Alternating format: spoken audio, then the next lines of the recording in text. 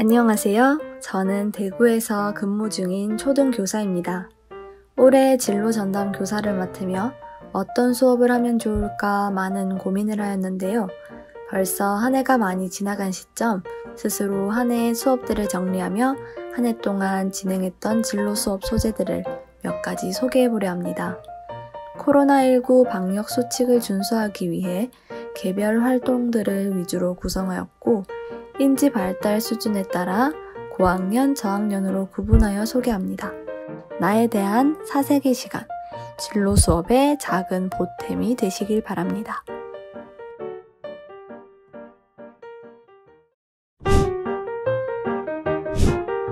첫 번째, 성품 선물 자기소개. 성품 그릇을 활용하여 친구의 좋은 성품을 찾아주는 활동입니다.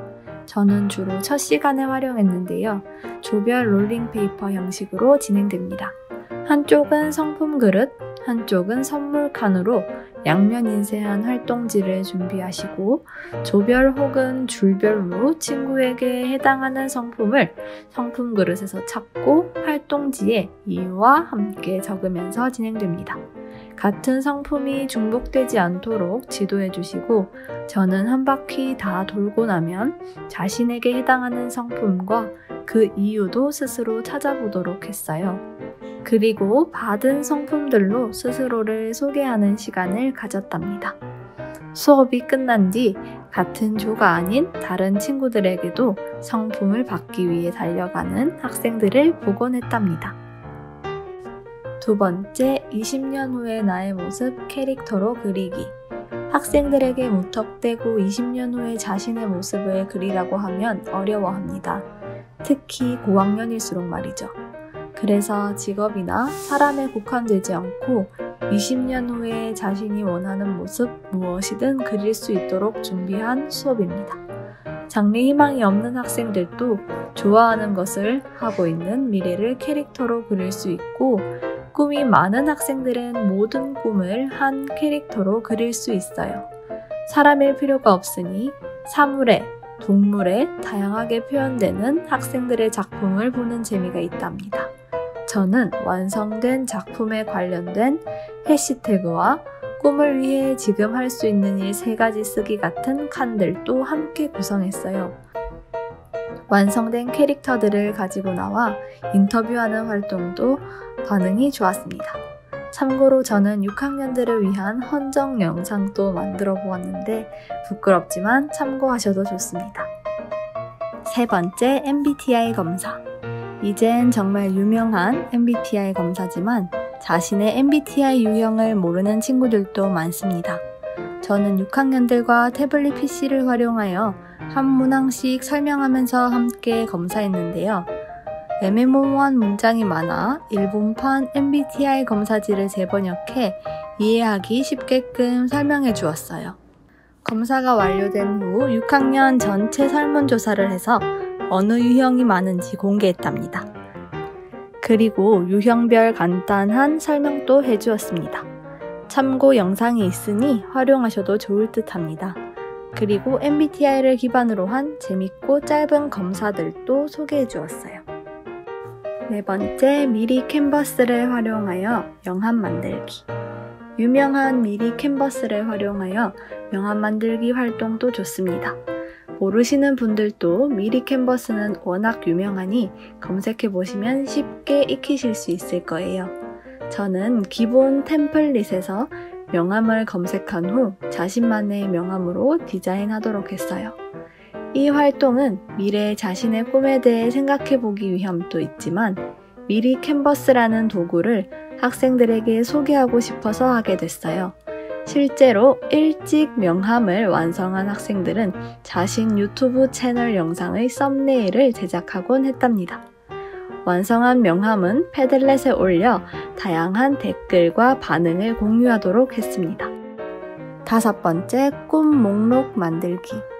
이 활동은 마지막 진로 수업에 활용했고 인디스쿨에서 아이디어를 얻었습니다.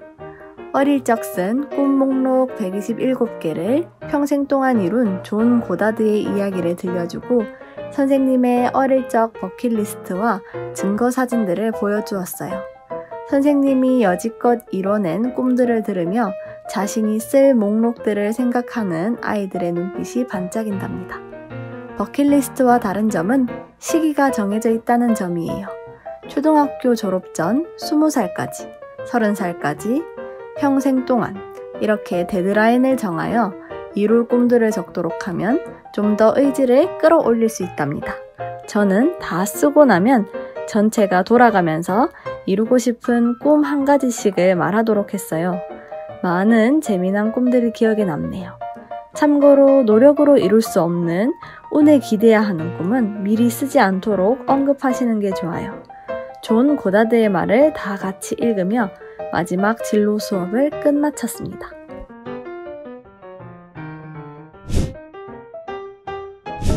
저학년은 소재가 좀 적습니다. 첫 번째, 저학년 성품 선물 자기소개. 고학년과 같은 방식입니다. 다만 저학년은 좀 더 쉬운 단어들로 성품 그릇을 수정했고 선물 칸에도 밑줄을 추가해 주었어요. 그래도 모르는 낱말은 마음껏 질문하도록 했습니다. 두 번째, 세상에서 하나뿐인 특별한 나.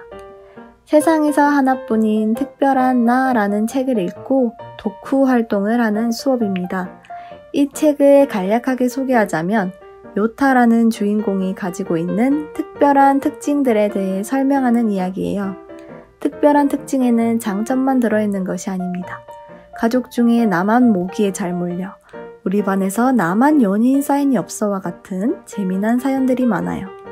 학생들과 함께 책을 읽고 책의 마지막 사파 부분을 활용하여 학생들이 자신만의 특징을 찾아보도록 했어요. 다른 사람들과 구분되는 나만의 특징들을 찾아볼 수 있는 수업입니다. 세 번째, 미래의 나에게 쓰는 생일 편지. 이 활동을 저학년만 하는 이유는 고학년들은 대부분 이미 해봤기 때문입니다. 저학년들도 많이 해봤을 수 있습니다.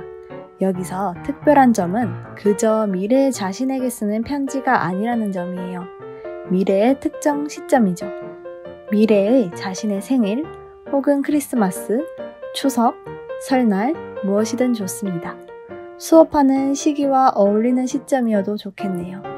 구체적 시간이 주어지면 학생들은 좀 더 흥미를 느끼고 편지에 쓸 말이 많아져요. 편지지도 시기와 어울리는 것으로 준비하시면 더 좋습니다. 저의 경우 20-30년 후에 자신의 생일에 무엇을 하고 있을지 생각하며 편지를 쓰도록 했답니다. 자신의 미래를 긍정적으로 그려보고 희망찬 미래를 꿈꾸는데 의의가 있는 수업입니다. 마지막 팁으로 수업 시간이 애매하게 남으신다면 직업 5곡의 PPT를 미리 준비해 두시거나 유퀴즈 독특한 직업 소개편을 활용하셔도 좋습니다.